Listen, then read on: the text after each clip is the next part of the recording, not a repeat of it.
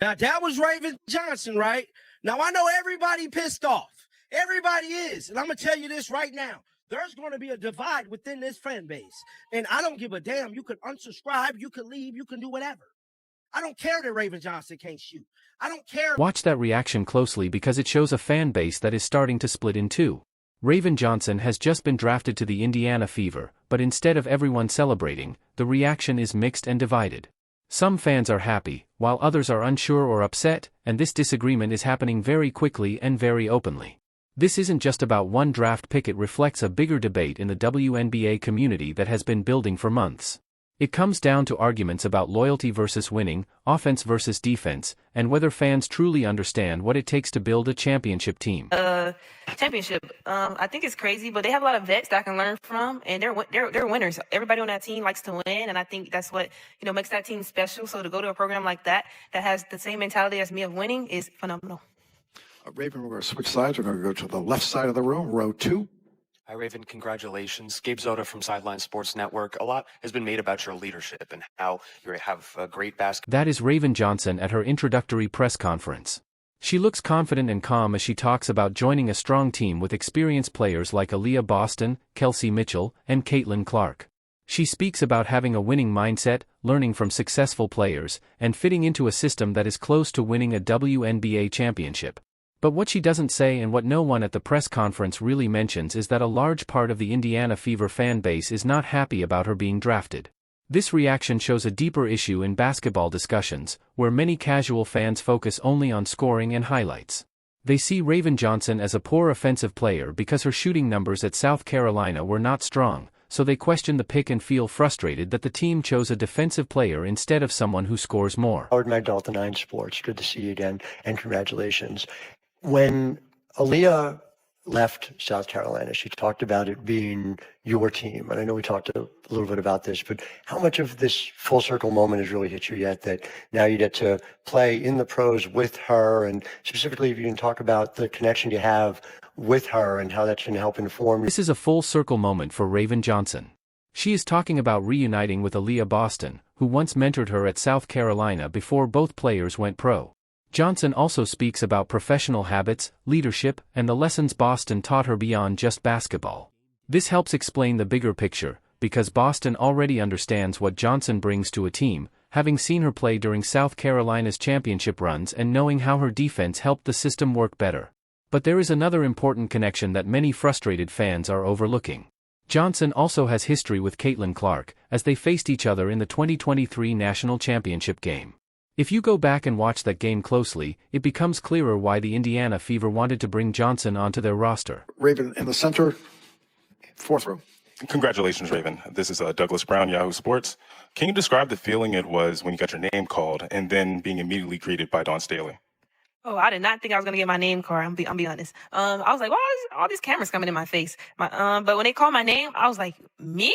I thought I would have been a lower pick, honestly. But it's a blessing.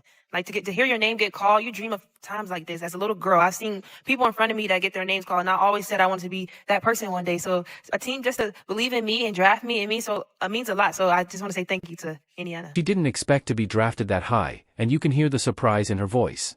That shows a clear gap between how fans see players and how team management evaluates them. Fans were shocked that the Indiana Fever picked her, and even Raven Johnson herself didn't fully expect it, but the team's front office knew exactly what they were doing because they had a specific weakness to fix.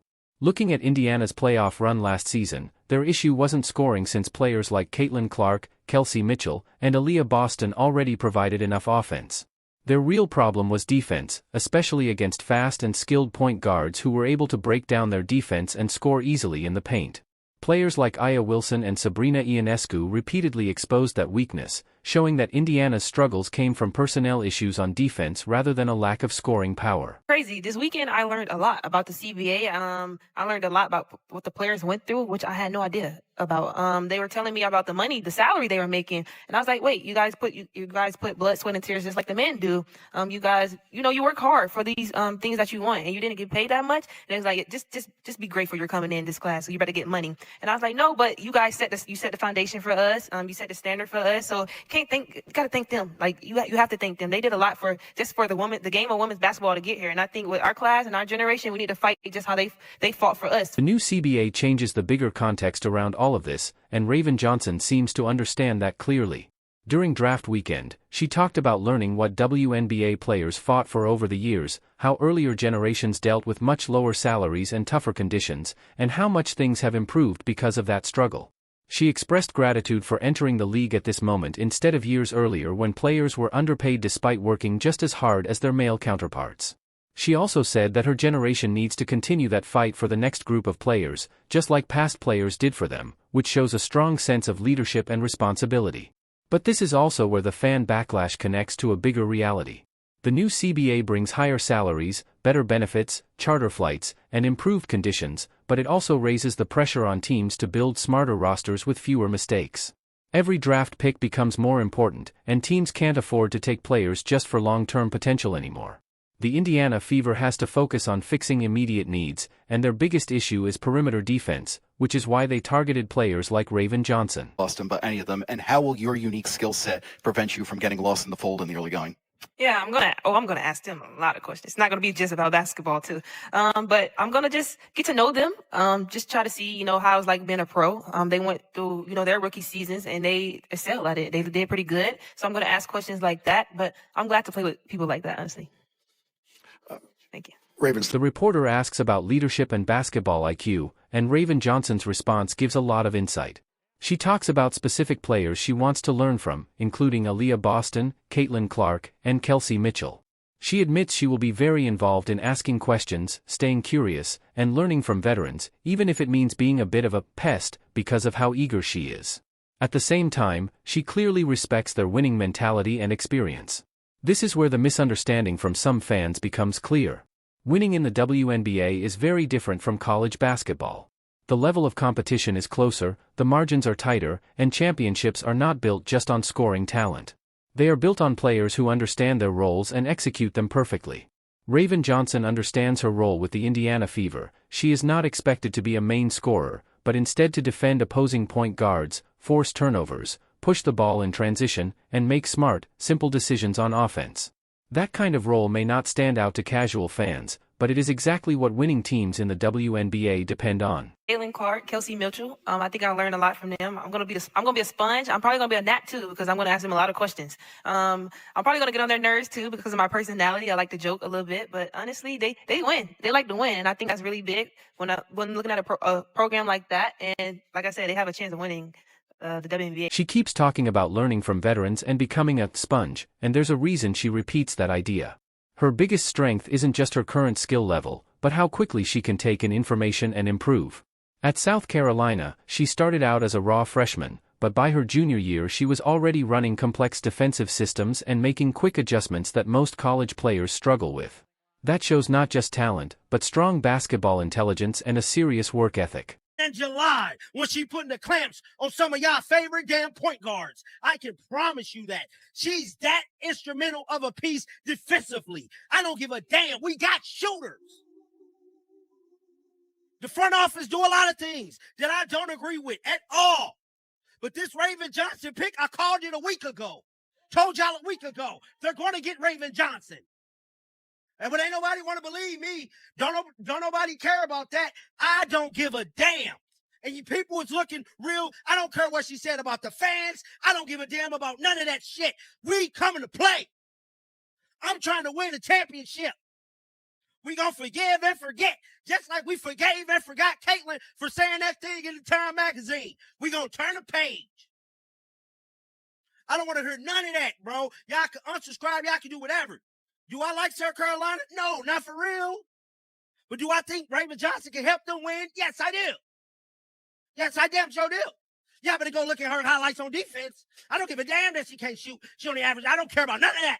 We got shooters. Y'all better look at them defensive clips. Got the game messed up, bro. Now, when she coming here, locking down point guards, creating turnovers for the opposing team, I don't want to hear none of that. None of that, bruh. We got to give her a chance. Ain't nobody trying to give her a chance. So y'all can be mad all y'all want. I don't give a damn. Love it or hate it. like it, I don't care. She gonna be putting the claps on people, bruh. There is a strong fan defending Raven Johnson, and he clearly understands what she brings to the team. He believes defense is more important than shooting, and he points to her performance in the national championship game against Caitlin Clark, where Johnson guarded her under pressure and made scoring difficult by staying close, contesting shots, and disrupting plays, helping South Carolina Gamecocks win. Now, instead of being opponents, Johnson and Clark are teammates on the Indiana Fever, and Clark likely understands how valuable that defense can be. The argument is that Indiana already has strong scorers like Clark, Kelsey Mitchell, and Aaliyah Boston, so they don't need Johnson to score but to defend elite guards, stop quick players from breaking through, and help fix their biggest weakness from last season. The belief is that while fans are focused on offense and past comments, real success in the WNBA often comes from defense, and if Johnson performs her role well, the criticism will fade because winning changes everything. Fans often look at shooting percentages and get upset, but serious analysts look deeper at defense, film, and player roles and see this as a smart move. The idea is that the Indiana Fever are not trying to build 5 high scorers, but a balanced championship team with specialists who do different jobs. That includes players who may not score a lot but still help win games through defense and effort. Raven Johnson is seen as that kind of player. She is not expected to average